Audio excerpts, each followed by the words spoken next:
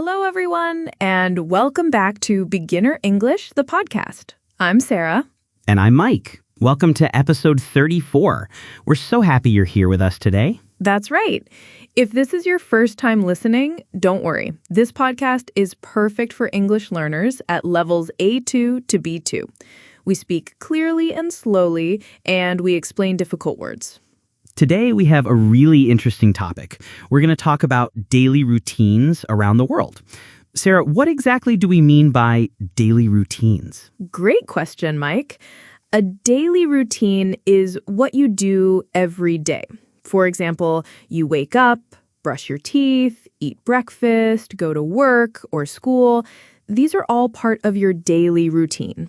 Exactly. And today we'll discover how people in different countries start their day, what they eat, how they work, and how they spend their free time. We'll also learn new vocabulary, practice pronunciation, and at the end, we have a special listening exercise for you. Before we start, let's remind our listeners about our website. You can find transcripts of all our episodes at beginnerenglishpodcast.com. That's BEGINNER, englishpodcast.com. The transcript helps you read along while you listen. It's a great way to improve your English. Now, are you ready to explore daily routines around the world? Let's begin. First, let's learn some important vocabulary about daily routines. Mike, can you help me? Of course. Let's start with morning activities. Sarah, how do you say when you stop sleeping? I wake up. W-A-K-E space U-P. Wake up. For example, I wake up at 7 a.m. every day. Perfect. After you wake up, what do you do? I get up from bed. That means I stand up and leave my bed. Get up. G-E-T space U-P. Then you probably get dressed. This means you put on your clothes. Get dressed. Right. And don't forget to brush your teeth. Brush your teeth. We use a toothbrush and toothpaste to clean our teeth. What about food? The first meal of the day is called breakfast. B-R-E-A-K-F-A-S-T. Breakfast. The middle meal is lunch. L-U-N-C-H. Lunch. Usually around 12 p.m. or 1 p.m. And the evening meal is dinner or supper. Dinner. D-I-N-N-E-R. Now, what about work? If you work in an office, you might commute to work. Commute means to travel from your home to your workplace. Some people work full-time. This usually means about 8 hours per day, 5 days per week. Others work part-time. This means fewer hours, maybe 4 hours per day or 3 days per week. And at the end of the day, people like to relax. R-E-L-A-X. Relax. This means to rest and do something peaceful. And finally, we go to bed or go to sleep. This is when we end our day. Excellent. These words will help you understand today's episode much better. Now, let's travel around the world. Let's start our world tour with morning routines. Mike, where should we go first? How about Japan? Japanese morning routines are very interesting and quite different from Western countries. Great choice. In Japan, many people wake up very early. The average person wakes up around 6 a.m., but some people wake up at 5:30 a.m. Wow, that's early. What do they do first? Many Japanese people start with Reigyo Taiso. This is morning exercise. They do simple movements while listening to music on the radio. It's like a morning workout for everyone. That sounds healthy. What about breakfast? Traditional Japanese breakfast is very different from American or European breakfast. They might eat rice, fish, soup called miso soup, and pickled vegetables. Pickled vegetables for breakfast? That's definitely different. Do all Japanese people eat this? Not everyone. Younger people might eat bread, eggs, or cereal like in Western countries. But many families still enjoy traditional breakfast. Interesting. Now let's travel to Germany. German morning routines are also unique. Yes, Germans are famous for being punctual. That means they are always on time. They usually wake up around 6:30 a.m. German breakfast is called Frühstück. It's usually quite big and includes different types of bread, cheese, cold meats, and jam. They also drink a lot of coffee. Coffee is very important in German culture. Many people can't start their day without coffee. Speaking of coffee, let's talk about Italy. Italians are famous for their coffee culture. Absolutely. In Italy, people usually drink espresso for breakfast. Espresso is very strong, black coffee in a small cup. And here's something interesting about Italian coffee culture. They usually drink espresso quickly, standing at the coffee bar. They don't sit and drink slowly like in some other countries. That's right. And they often eat a cornetto with their coffee. A cornetto is similar to a croissant. It's sweet and has jam or cream inside. Many Italians don't eat a big breakfast. They prefer light breakfast and then have a bigger lunch. Now let's go to Brazil. Brazilian mornings are usually warm because Brazil is in South America, and many parts have tropical weather. Brazilian breakfast often includes fresh tropical fruits like papaya, mango, and pineapple. They also eat pão de açúcar, that's sweet bread. And of course, coffee. Brazil produces a lot of coffee, so Brazilians drink coffee every morning, but they usually add sugar and milk to make it sweet and creamy. What about exercise? Do Brazilians exercise in the morning? Many do, especially in cities like Rio de Janeiro. You can see people jogging on the beach or doing exercises in parks very early in the morning. That sounds wonderful. Exercising on the beach must be amazing. Now let's talk about India. India is a huge country with many different cultures, so morning routines can be very different in different areas.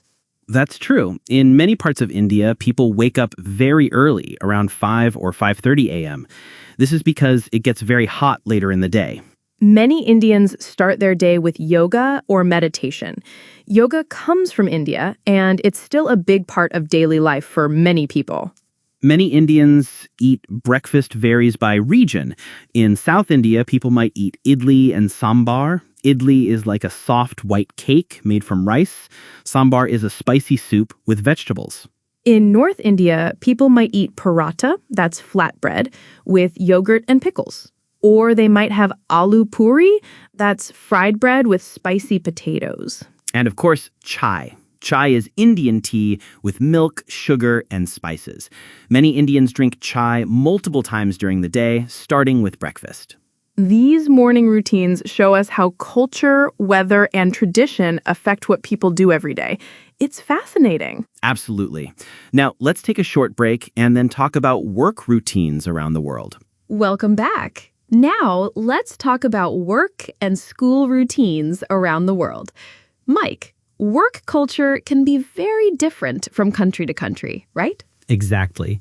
Let's start with Spain. Spain has a very unique work schedule that surprises many foreign visitors. Oh yes, the siesta. Can you explain what a siesta is? A siesta is a rest period in the middle of the day. Traditionally, many Spanish businesses close from about 2 p.m. to 5 p.m. People go home, eat lunch, and sometimes take a nap. So their workday is split into two parts, morning and evening. Exactly. They might work from 9 a.m. to 2 p.m., then close for a siesta, then work again from 5 p.m. to 8 p.m., or even 9 p.m. This means Spanish people eat dinner very late compared to other countries, sometimes at 10 p.m. or 11 p.m. That's right. The siesta tradition comes from the hot Spanish climate.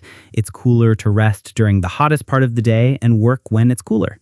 However, it's important to note that modern Spain is changing. Many businesses in big cities like Madrid and Barcelona now work normal hours without siesta. Good point. Now let's talk about France. French work culture values something called work-life balance. What does work-life balance mean? It means having equal time and energy for work and for your personal life, family, hobbies, and relaxation. French workers have a 35-hour work week. That means they work about 7 hours per day, 5 days per week. This is shorter than many other countries. They also have long lunch breaks, usually 1.5 to 2 hours. French people believe lunch is important and should not be rushed. And French workers get a lot of vacation time, about 5 to 6 weeks per year. Many people take the entire month of August off for vacation. Now let's travel to South Korea. Korean work culture is quite different from French culture. Yes, South Korea is famous for having very hardworking people. There's even a Korean word called pali pali, which means quickly, quickly. Korean students and workers often have very long days. High school students might study from 8 a.m. to 10 p.m. or even midnight. And office workers often work overtime. It's common to work 10 or 12 hours per day. Some companies are trying to change this, but it's still very common. However, Korean work culture also includes something fun called hoishik. This is when coworkers go out together after work to eat, drink, and socialize. That sounds like a nice way to build friendships with coworkers. Now let's talk about Japan again, but this time about work culture. Japanese work culture is famous for being very polite and respectful. There are many rules about how to behave in the office. For example, Japanese workers often bow when they greet each other, and they exchange business cards in a very formal, respectful way. Japanese people also work very hard. There's a concept called karoshi, which unfortunately means death from overwork. The Japanese government is now trying to reduce working hours. Many Japanese companies now have Premium Friday, the last Friday of each month when employees can leave early to spend time with family or go shopping. Let's talk about Germany again. Germans are famous for being efficient and punctual in their work. German meetings always start on time. If a meeting is scheduled for 10 a.m., it will start at exactly 10 a.m., not 10:05 a.m. Germans also like to separate work time and personal time very clearly. When work hours end, they usually don't check work emails or answer work phone calls. This is different from some countries where people are expected to be available for work 24 hours a day. German workers also get good benefits. They have about 4 weeks of vacation per year, good health insurance, and strong job security. Now, let's talk about the United States. American work culture varies a lot because it's such a big country. That's true. But generally, Americans work about 40 hours per week and get less vacation time than Europeans, usually 2 to 3 weeks per year. American work culture often encourages people to work hard and try to get promotions quickly. There's a phrase, climbing the corporate ladder. And many Americans work while they eat lunch. This is called a working lunch or power lunch.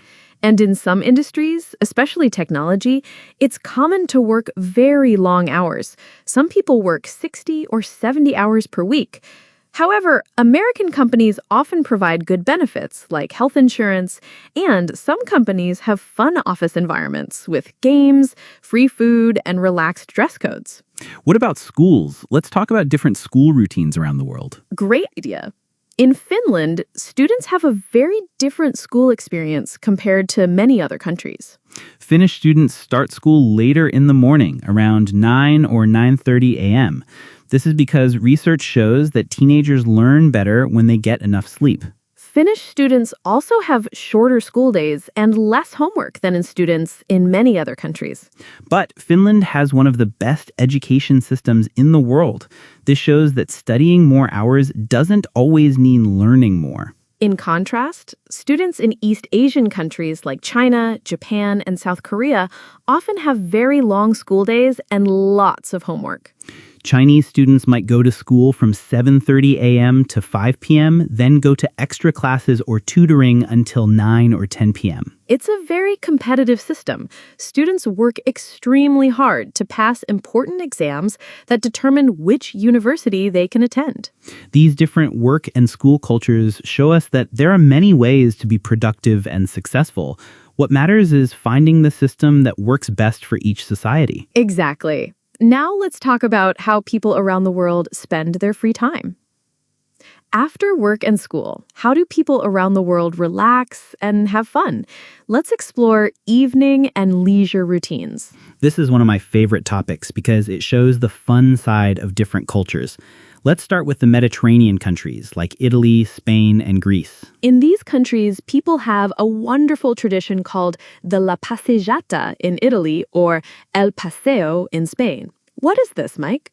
It's an evening walk. Families and friends walk around their town or city center, usually between 6 and 8 p.m. They talk, look at shops, and enjoy being together. It's not exercise, it's social time. People dress nicely and walk slowly. Children play while adults chat with neighbors and friends. This tradition brings communities together. You see everyone from babies to grandparents participating in the evening walk. In Italy, people might stop for aperitivo during their evening walk. Aperitivo is a light drink and small snacks before dinner. And as we mentioned earlier, dinner in these countries is very late, often 9 or 10 p.m. This gives families time to relax together after work. Now let's go to Northern Europe. In countries like Denmark, Norway, and Sweden, people have a concept called hygge. How do you pronounce that, Sarah? Hygge is pronounced like hygge. It's a Danish word that means creating a cozy, comfortable atmosphere and enjoying simple pleasures. During long, dark winter evenings, Danish families might light candles, drink hot tea or coffee, and spend quiet time together at home. They might read books, play board games, or just talk. The idea is to feel safe, warm, and happy with people you love. Hygge shows that you don't need expensive entertainment to have a good time. Sometimes the best evenings are the simplest ones. In summer, these Nordic countries have very long days with lots of sunlight, so people spend more time outdoors. Let's talk about the United Kingdom. British people love their pubs. A pub is a public house, a place where people go to drink beer or other alcoholic drinks, eat simple food, and socialize with friends. British pubs are very different from bars in other countries. They often have a cozy, home-like atmosphere with fireplaces, comfortable chairs, and friendly conversation. People don't just go to pubs to drink alcohol. Families go for Sunday lunch. Friends meet for coffee, and some pubs have quiz nights or live music. Many British people have a local pub, a pub near their home where they go regularly and know the other customers and staff. What about Asia? Let's talk about Japan first. Japanese people work hard, but they also know how to relax. Many Japanese people enjoy karaoke in the evening. Karaoke comes from Japan. It's singing popular songs with recorded music. But Japanese karaoke is different from karaoke in other countries. How is it different? In Japan, groups of friends rent private karaoke rooms for a few hours. They sing, eat snacks, and drink together in their own private space. Japanese people also love izakaya. These are casual restaurants where people go after work to eat small dishes and drink with coworkers or friends. And let's not forget about onsen, hot spring baths. Many Japanese people visit onsen to relax and reduce stress. Now let's go to India. Indian evening routines often center around family. In many Indian families, 3 generations live together: grandparents, parents, and children. Evening time is when everyone comes together. They might watch Indian movies called Bollywood films, which are famous for singing, dancing, and dramatic stories. Indian families also love cricket. When there's an important cricket match, the whole family gathers around the TV to watch and cheer together. And in the evening, many Indians take walks in parks or along beaches. It's cooler after sunset, so it's the perfect time to go outside. Let's talk about Mexico and Latin America. These cultures are famous for their lively evening entertainment. Mexican families often have sobremesa. This is the time spent talking at the dinner table after finishing the meal. Sobremesa can last for hours. People share stories, discuss their day, and enjoy each other's company. It's considered rude to leave the table too quickly after eating. And of course, music and dancing are very important in Latin American cultures. People of all ages enjoy salsa, merengue, and other traditional dances. Even in casual family gatherings, someone might start playing guitar and everyone sings along. Music is a natural part of social time. What about Brazil? Brazilian evening life is famous around the world. Brazilians love churrasco, barbecue gatherings with family and friends. They cook meat outdoors and have big parties that can last all evening. Brazilian beaches are also very active in the evening. People play soccer, volleyball, or just walk along the beach enjoying the sunset. And let's not forget capoeira, a Brazilian martial art that combines fighting, dancing, and music. Many people practice capoeira in parks during the evening. Now let's talk about the Middle East. In countries like Turkey and Lebanon, evening social life often happens in cafes. Middle Eastern cafes are places where people, especially men, go to drink tea or coffee, smoke hookah, water pipe, and play games like backgammon. These cafes stay open very late, sometimes until midnight or 2 a.m. People sit outside, especially in good weather, and enjoy long conversations. Family time is also very important. Extended families often gather for big dinners that include aunts, uncles, cousins, and grandparents. Let's finish with Africa. African evening routines vary greatly across the continent, but storytelling is a common tradition in many cultures. In many African communities, elders tell traditional stories to younger people. These stories teach important lessons about life, history, and values. And music is everywhere in African culture. People often gather in the evening to play drums, sing traditional songs, and dance together. These evening routines show us that despite our differences, people everywhere need time to relax, connect with others, and enjoy life. Absolutely. Whether it's a quiet evening at home or a lively party with friends, people around the world understand the importance of leisure time.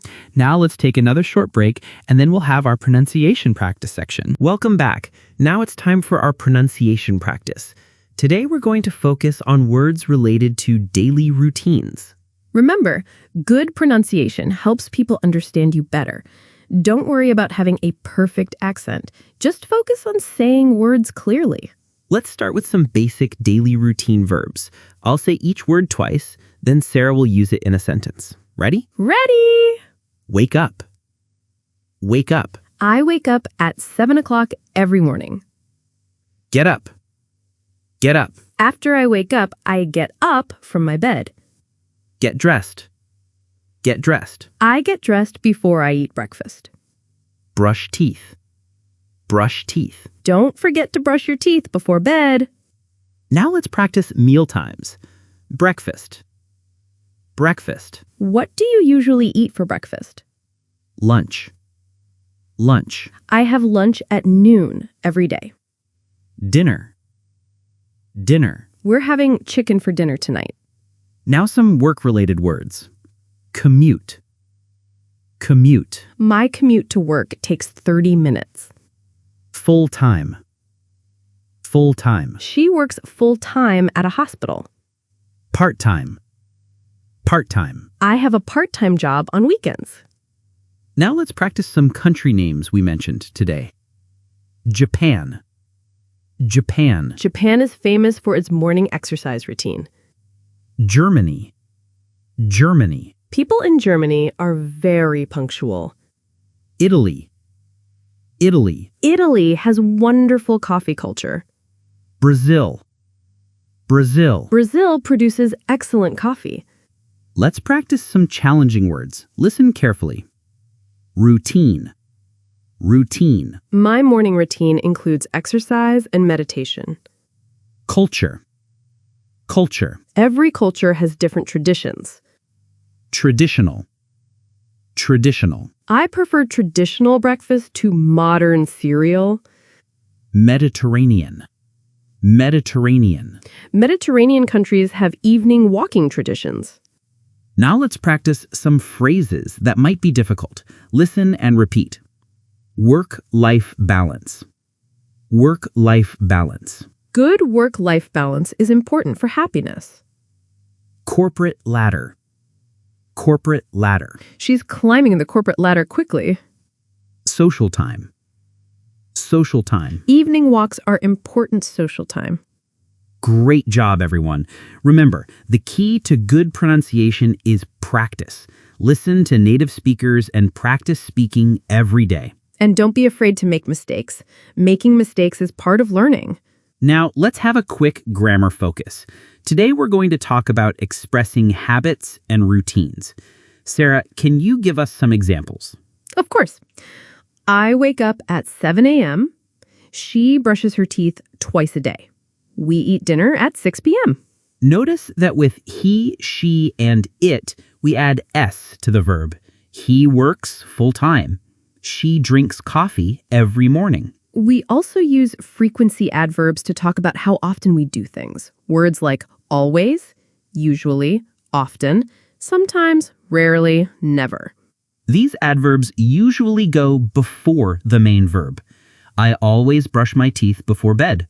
She usually eats breakfast at home. But with the verb to be, frequency adverbs come after the verb.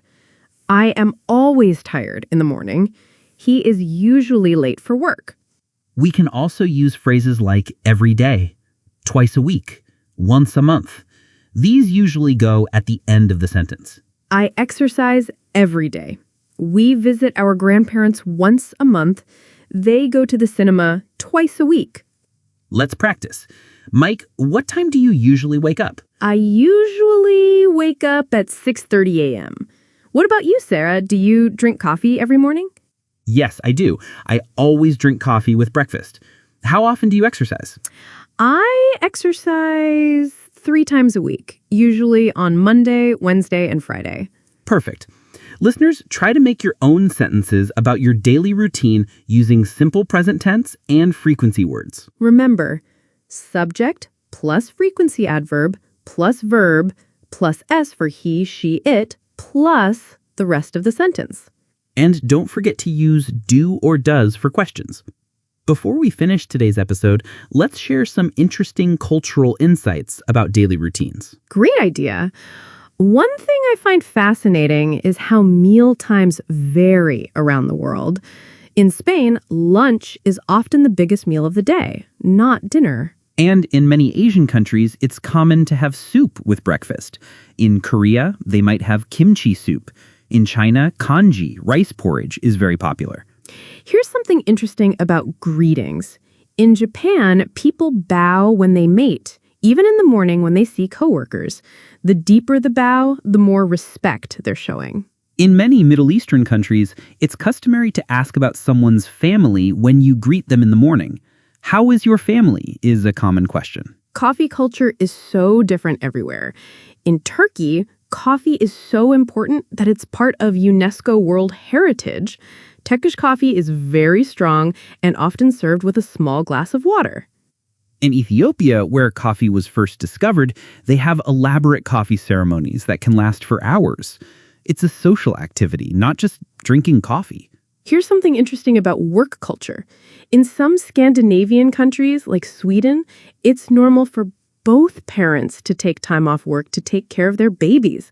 Fathers often take several months off work. And in the Netherlands, many people bike to work every day, even in winter. There are special bike lanes everywhere, and some cities have more bikes than cars. Sleep patterns are interesting too. In some cultures, like in parts of Africa and Latin America, it's normal to take a short nap in the afternoon. But in cultures like Japan and South Korea, sleeping at work is sometimes acceptable. It can even show that you're working so hard that you're exhausted. Here's a fun fact about leisure time. In Russia, many people go to banyas. These are traditional steam baths. Friends go together, and it's a social activity. And in Finland, almost every family has a sauna at home or access to one. Using the sauna is part of the regular weekly routine for many Finns. These cultural differences remind us that there's no right or wrong way to organize your day. Different cultures have developed routines that work best for their environment, values, and traditions. Exactly. And when you travel or work with people from other cultures, understanding these differences can help you communicate better and show respect. It also makes life more interesting. Imagine how boring the world would be if everyone did exactly the same things every day. Now it's time for our listening exercise. This will help you practice your listening skills and review what we've learned today. I'm going to read a short story about Maria, a woman who lives in Barcelona, Spain. Listen carefully and try to remember the details. After I finish, Sarah will ask you some questions. Ready? Here we go. Maria lives in Barcelona, Spain. Every day, she wakes up at 7:30 a.m.